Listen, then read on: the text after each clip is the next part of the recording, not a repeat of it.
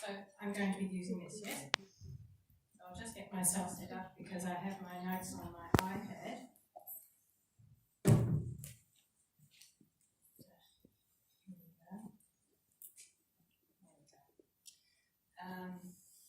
we go. Thank you, everyone. That was a really impressive presentation about safe spaces. Thank you so much. Some of you might have read my bio in your newsletter, but I've been involved in International Women in Portugal for, gosh, almost 6 years now, I think. And we also do a lot of charity work, but what you're doing is impressive. We tend to support local charities that are much smaller. But, you know, nevertheless, that's impressive as well, but it's wonderful to hear about what you're doing. Thank you.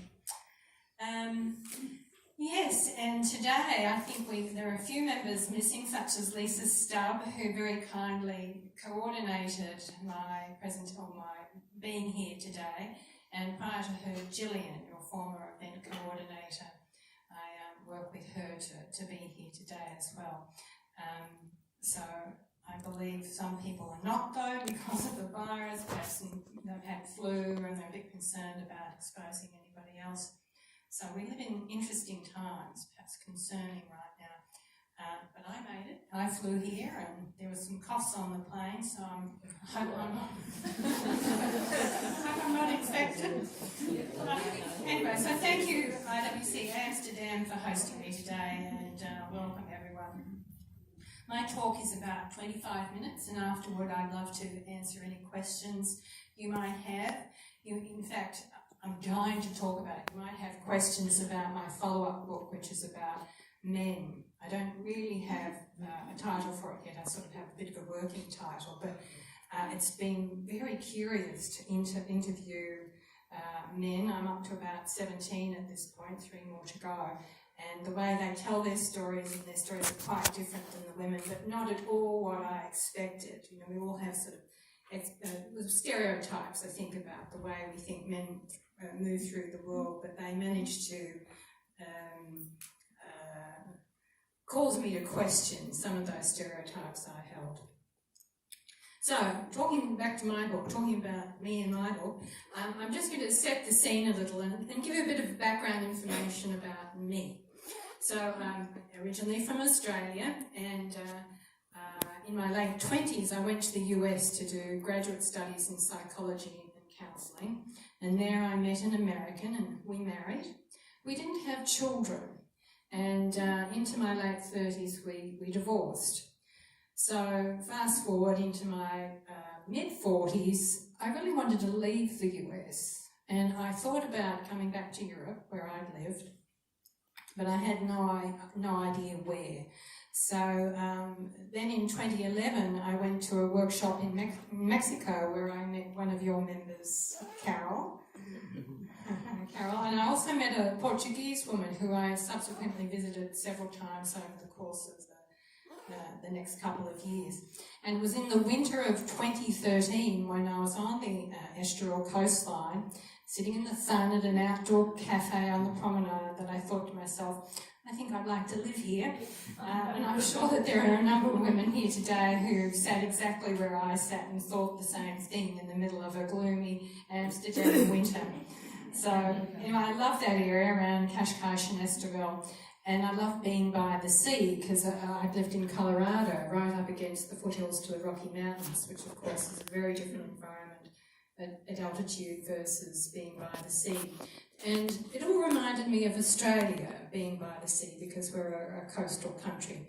And so 5 months later I'd sold up everything and moved to an apartment just outside of Lisbon. And once I had arrived and got situated, I knew I'd need to be connected with other internationals in order to establish a network of like-minded friends and a new life for myself.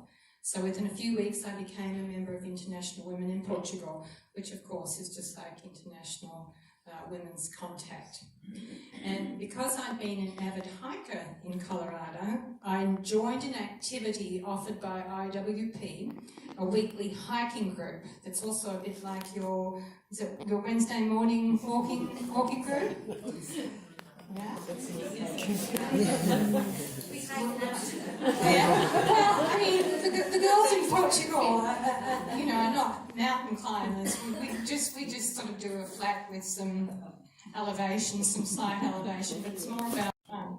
So it was while hiking elbow to elbow with these women that I naturally asked questions, such as you do, like, where are you from, and how did you find your way here, and why Portugal?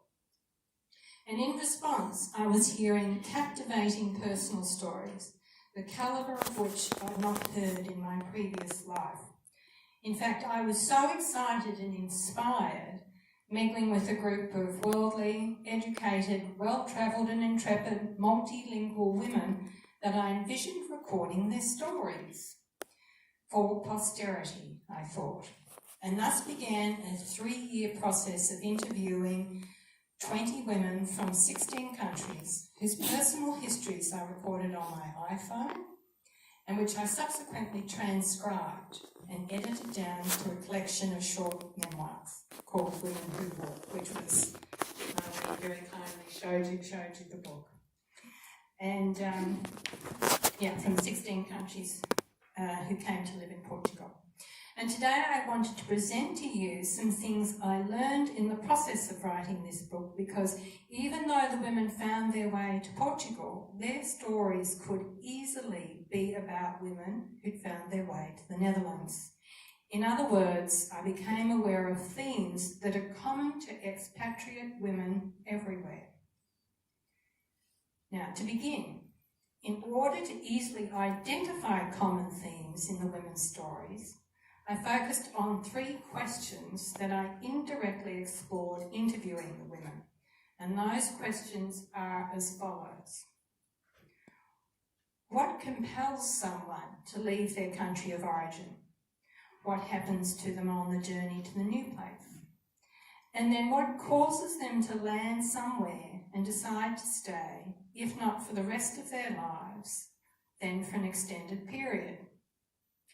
And without directly asking each interviewee these questions, every woman inadvertently answered them just by telling her story. Interestingly, I think their collective answers are nicely summed up in a quote that I include at the beginning of the book. And it's a quote by Nana Addo, President of Ghana, who said the following in an address to Emmanuel Macron, President of France. The movement of people is as old as man. There is nothing new about it, and it has always been linked to the same thing. The failure of where you are to provide you with an opportunity, and so you move somewhere else. Can anyone here identify with that? The failure of where you are to provide you with an opportunity, and so you move somewhere else. So perhaps you've moved countries to advance your career, or because your husband's work offered the family a favourable expat package, or perhaps like me, you moved countries for a better education, or perhaps you moved here for love, like I know Carol did. So you probably all have a story along those lines as to why you're here in the Netherlands. And interestingly, there does seem to be a biological reason for this as well. And this theory has been gathering momentum in recent years, probably due to the fact that people are so globally mobile these days. And this genetic evidence is a mutant gene, and it's been identified as DRD-74, or the restless gene. It is also known as the wanderlust gene. Has anyone heard of it? Yeah? Yeah, interesting, isn't it? So I'll just give you a little information about it, because I don't want to get into technicalities. But it has been coined the restless gene or wanderlust gene because of its correlation to increased levels of curiosity and restlessness, but specifically a passion for travel and the ability to embrace change, movement and adventure, and to take risks, which are all characteristics of the women I interviewed and which I'm going to assume are common to many of you here today, just by virtue of perhaps you living outside of your own country. Or perhaps you're from the Netherlands but you've lived abroad and returned. It's a fascinating theory and way more complex than I've just described. If you're curious, though, there's a long article in the 2013 National Geographic, which you can easily find just by Googling National Geographic Restless Gene, and it pops right up. So have a read if you'd like a little bit more info. Beyond learning about restless gene theory, I was exposed to one unsettling reality when several of the women, though open to being interviewed, were hesitant. They didn't believe that they, or their story, were noteworthy. Their response was something along the lines of, "But my story's not interesting. There are many more women in this community with far more interesting stories to tell." I found this unsettling because it sounded to me as though they did not value their experiences that are rich and varied, exciting and inspiring. Unsettling because there is this tendency that women have to discount their story as less than, not as important, not worthy, and not of value. And what I know to be true, and what documenting these stories confirmed for me, is that the truth of women's lives matter. The personal triumphs and disappointments, educational and professional achievements and failures, travels and adventures, discoveries, the decision to marry or not marry, the decision to have children or not have children. Valuing our story is wholly important to a woman's self-esteem, sense of self, and sense of place within her family, community, and in the world. Take pride in your strength and uniqueness. No one else can walk your epic journey for you, as a mentor of mine once said. What I also observed transcribing and then editing the women's stories is a set of characteristics particular to all the women, strengths that I think help them through the experience of multiple life changes and international moves. And have a think about these, because I think you're all going to find that you embody these particular traits. Courage. So I'm going to give you a couple of extreme examples here, but nevertheless, these women are in my book. Without a doubt, all the women are so courageous. The book opens with Dahlia's story. Dahlia grew up in Beirut during the Civil War, and her chapter starts with the following. "I have vivid memories from my childhood of no electric power at home, bombings, and with my mother rushing between bombings to get my baby brother to his paediatric appointments. By the time Dahlia is in her early 20s, the war is over, and at that point the family emigrates to Canada, where they start again. And by the time Dahlia is in her 40s, she and her husband come to Portugal because of his work." Another story about emigrating and starting over is Sandia's, whose family leaves everything behind in Mozambique at the point at which the former Portuguese colonies in Africa were fighting for independence. Sandia's family is Indian, and when they start over in Lisbon, integrating into Portuguese culture is not what they want to do. Rather, the family's preference is to maintain their strong cultural identity and practices, such that when Sandra is 21, she enters an arranged marriage. After her first daughter is born, her husband decides that they should go back to Africa, to Angola in fact, as he's certain there'll be commercial opportunities for them in the midst of that civil war. Dahlia and Sandia lived through civil wars. A third interview, Penny, a British-Brazilian corporate wife with 2 little boys, lived in Nicaragua during the years when the Sandinista revolutionaries overthrew the country's dictator and took control.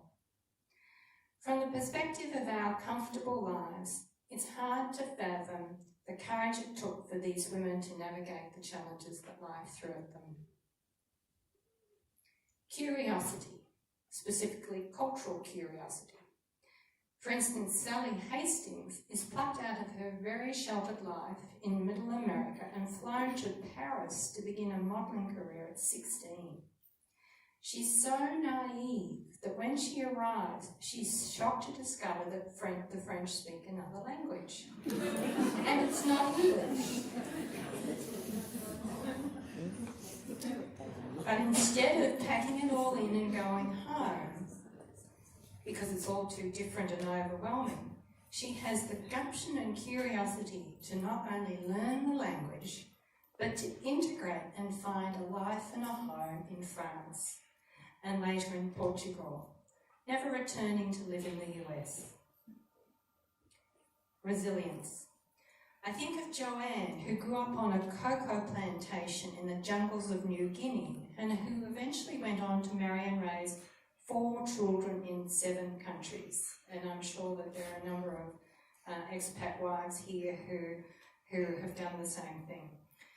Richard, her husband, is incredibly restless and probably won't ever settle. And no matter, Joanne rolls with it, creating a life for herself and carving out time to pursue opportunities that give her life meaning and purpose. Jo and her husband have become good friends, and what I've come to see is that they have an unconventional marriage that works because there is a great deal of mutual respect, acceptance and humour, and because Jo is resilient. Agency. And by that I mean the capacity to act independently and to make your own free choices. And this reminds me of Birgit, who's from Germany, and who very early on is called to a life dedicated to service and a spiritual practice, such that she heads off to India at 20 to follow her guru.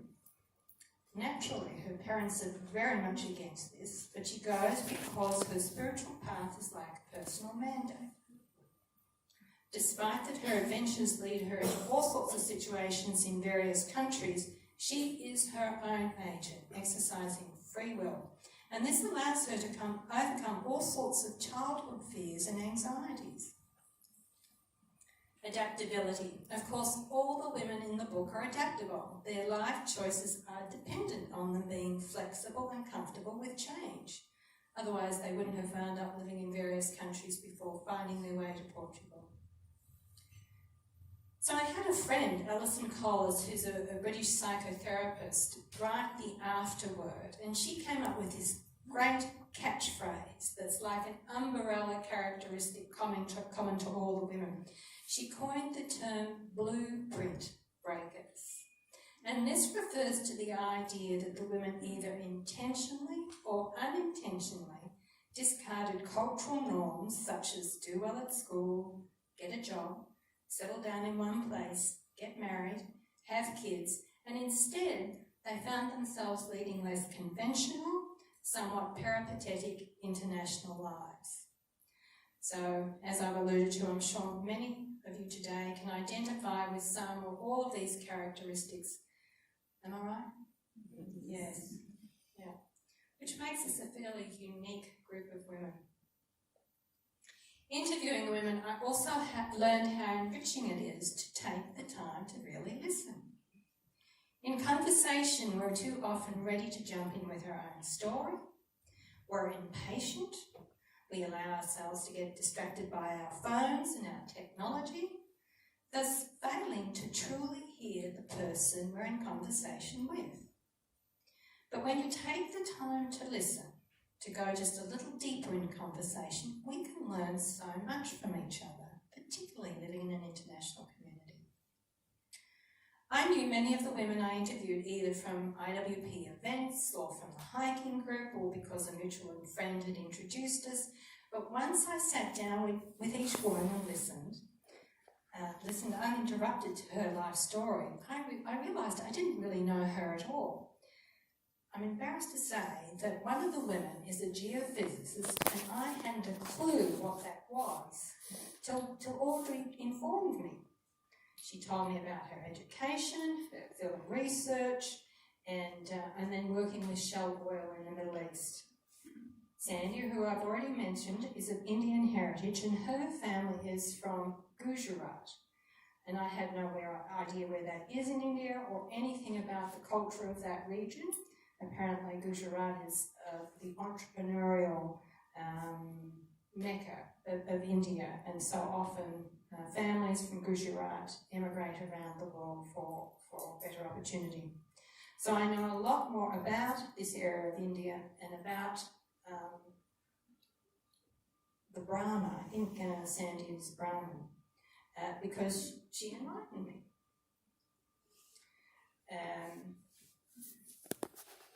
So I can honestly say that interviewing the women was, my iPad won't stay still, it's buzzing around all over the place. I know that I'm going to tell you about what an educational experience it was for me interviewing the women. Where's my place here? Yes, there we are. It was edifying. It was like going back to school and doing a study abroad program, which it is when you live outside of your own country and get to know other international women. And yes, and that's the beauty of being involved in a community like IWC and IWP. We have the chance to learn so much from each other, but you do have to be open and willing to listen.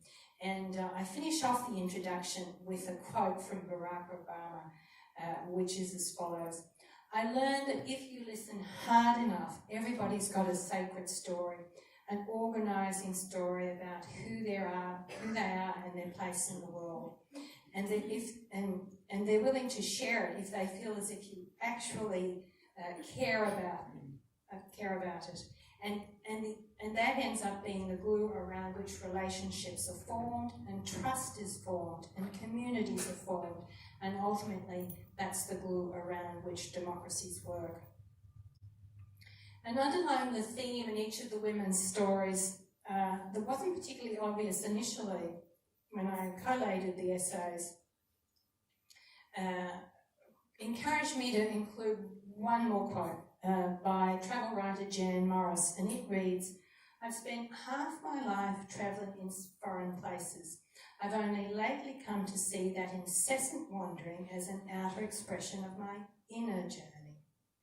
Now, I love this quote because it took me back to some reading I did in my school years by Joseph Campbell, an American professor of literature, who wrote on comparative mythology, which resulted in his eminent work, The Hero with 1,000 Faces. And in this book, Campbell introduced the concept of the hero's journey, which has found its way into popular discourse. Has anyone heard of the hero's journey? Yes, you've got a couple, yeah. The hero, man or woman, not a specific gender, in world mythology, great literature and film, answers the call to adventure, following their own path, venturing into uncharted territory where they encounter many trials and tribulations, which test their courage. And what the hero does with these experiences is use them as an opportunity to evolve, grow, and transform. In Women Who Walk, there is a similar arc to each story, with women answering a call to adventure, whether it's Penny agreeing to marry Ian, an executive with British American Tobacco in Central America, and in so doing, she ends up raising a family in volatile Nicaragua. Or Esther, who grew up here in the Netherlands, whose adolescence was so challenged by being bullied at school and troubles at home that she determined she'd leave the Netherlands as soon as she could, which she did. Along the way, the women encountered trials, such as Sandy entering an arranged marriage with a man she does not love, and Esther, who in her own words said, "I sometimes jumped at opportunities with my eyes wide closed." Having endured the challenges of their travels and life experiences, the women evolve and become wiser. And so what we come to realise is that their stories, their individual stories, are the hero's journeys. They're exemplary of the universal human experience of transformation. Now, the 20 women I interviewed have come from or grown into the comfortable middle to upper middle classes. They have had access to education, enjoyed a life of relative economic stability, travel, adventure and personal agency, all of which have granted them opportunities and freedom to create the kind of lives their mothers and grandmothers might only have dreamed of. They and we, as expatriates just like them, are fortunate, and yet we are living through a slice in time fraught with great uncertainty and rapid change, a time that straddles the end of one century and the beginning of the next. And this is another reason I was drawn to record the women's stories, because they tell of living in interesting times, as the Chinese saying goes. So what I'd like to leave you with is an idea. There is a considerable opportunity for organisations like IWC to document the narratives of your international members, perhaps via a blog on the club's website or via oral recordings that are then stored for posterity. And you may know this already, but in The Hague there is a library called the Expatriate Archive Centre, and their tagline is "A Home for Expat Life Stories." And I've donated a couple of books to the centre, as it's an incredible research for researchers and students and interested individuals curious to learn about our lives, the lives of expatriates who've lived during a particularly interesting time in history. Thank you.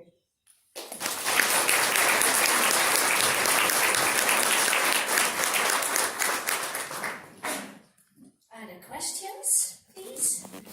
Hear from you, because we share so much, I think. Yes, I'll give you the microphone so we can hear you better.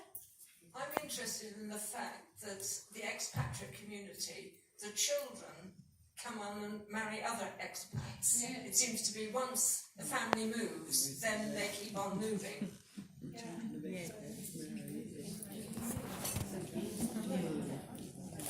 I don't think so. Yes? Yes? No? Yes? Yeah, that is a topic that I didn't address in this particular talk. I wanted to make this talk a little bit more global. But there's this term called third culture kids, which is gaining a lot of attention in sort of the research area these days, because this is a generation of kids that are so unique. And there are pros and cons to being a third culture kid. And there's actually a number of different definitions. I'll just kind of give you an idea. But a third culture kid could be born to parents of the same culture, and then they move to another culture, so then that child grows up in that culture. Or it could be parents of two different cultures that then move to a third culture. Or it could be, what's the other one?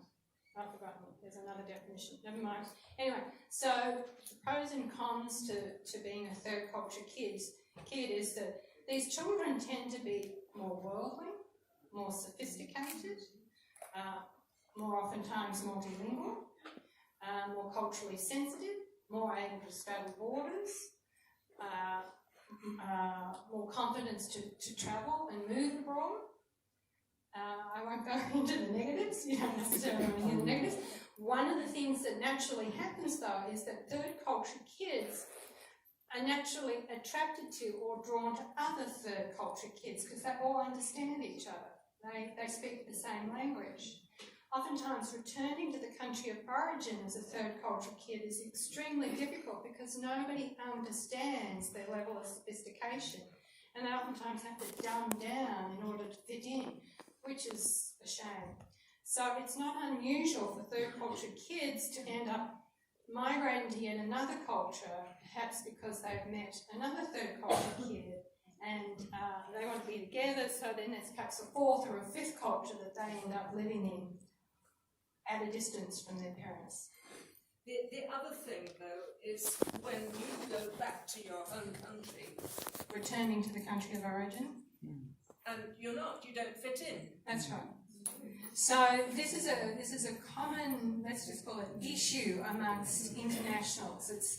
I just call it the return, because it's very challenging to take this breadth of, or this wealth of information and awareness that you have, this cultural sophistication, and take it back into your small neighbourhood, where oftentimes people don't want to know, they don't want to talk to you about it, it's too challenging, they can't grasp the extent of your wealth of information. And as I said, just like the kids, you end up making yourself smaller to fit back into your environment. So Joanne, that I mentioned in this book, they lived in 7 different countries, kids raised all over the world, ultimately went back to Sydney. They did keep a house there. They needed to have a house somewhere that they could return to, and they chose Sydney, Australia. So they've recently returned, although Richard is still taking consulting gigs abroad because he can't settle. Joanne thought she was going to go crazy. So I said to her, you have got to join International Women of Sydney. You can't be having conversations with your neighbour who has absolutely no interest about you living all over the world. Go join an international group where those women, whether they're Australians or internationals, will have lived all around the world, and you can just pick up where you left off. You can be in your own country and having those bigger, larger conversations with women that will understand you. So I'm sure that there are women here who are from the Netherlands who lived abroad and returned. Am I right?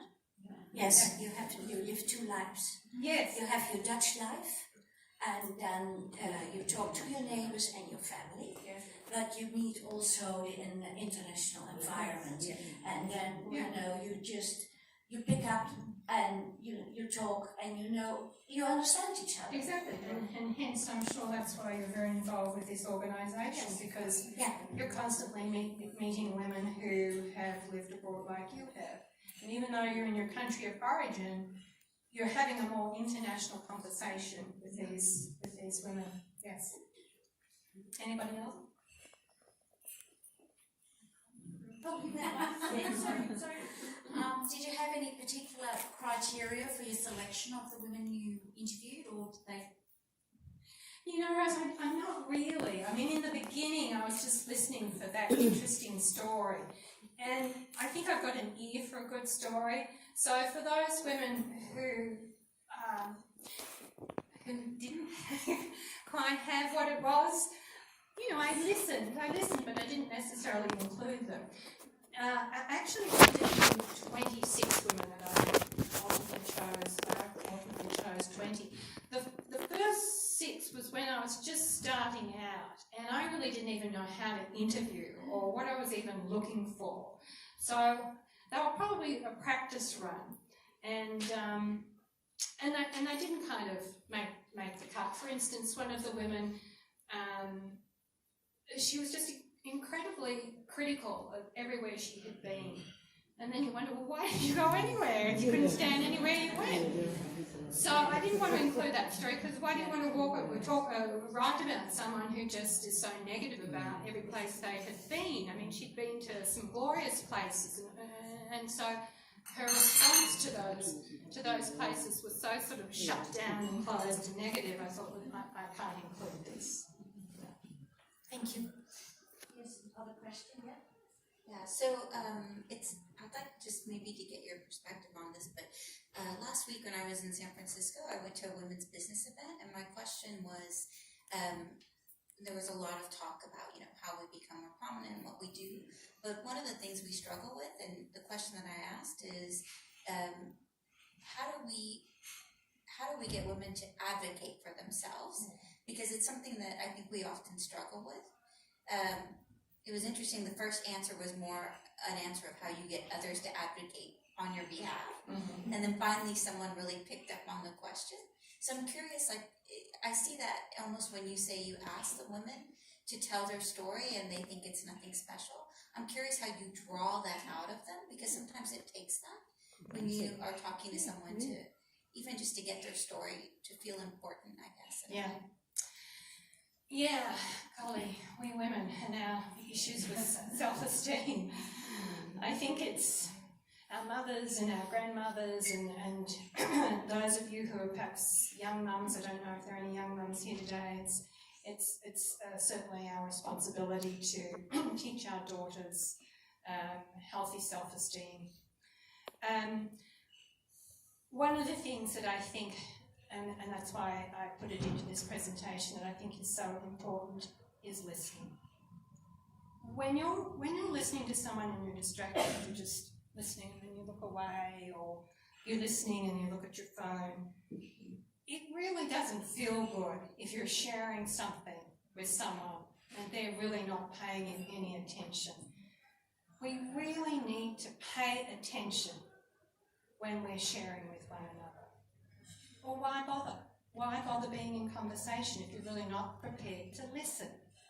I mean, it's a sacred act to really listen to someone share their story. And it really boosts your self-esteem, because suddenly you feel like, oh my God, they find me interesting. And if you really listen, people are interested.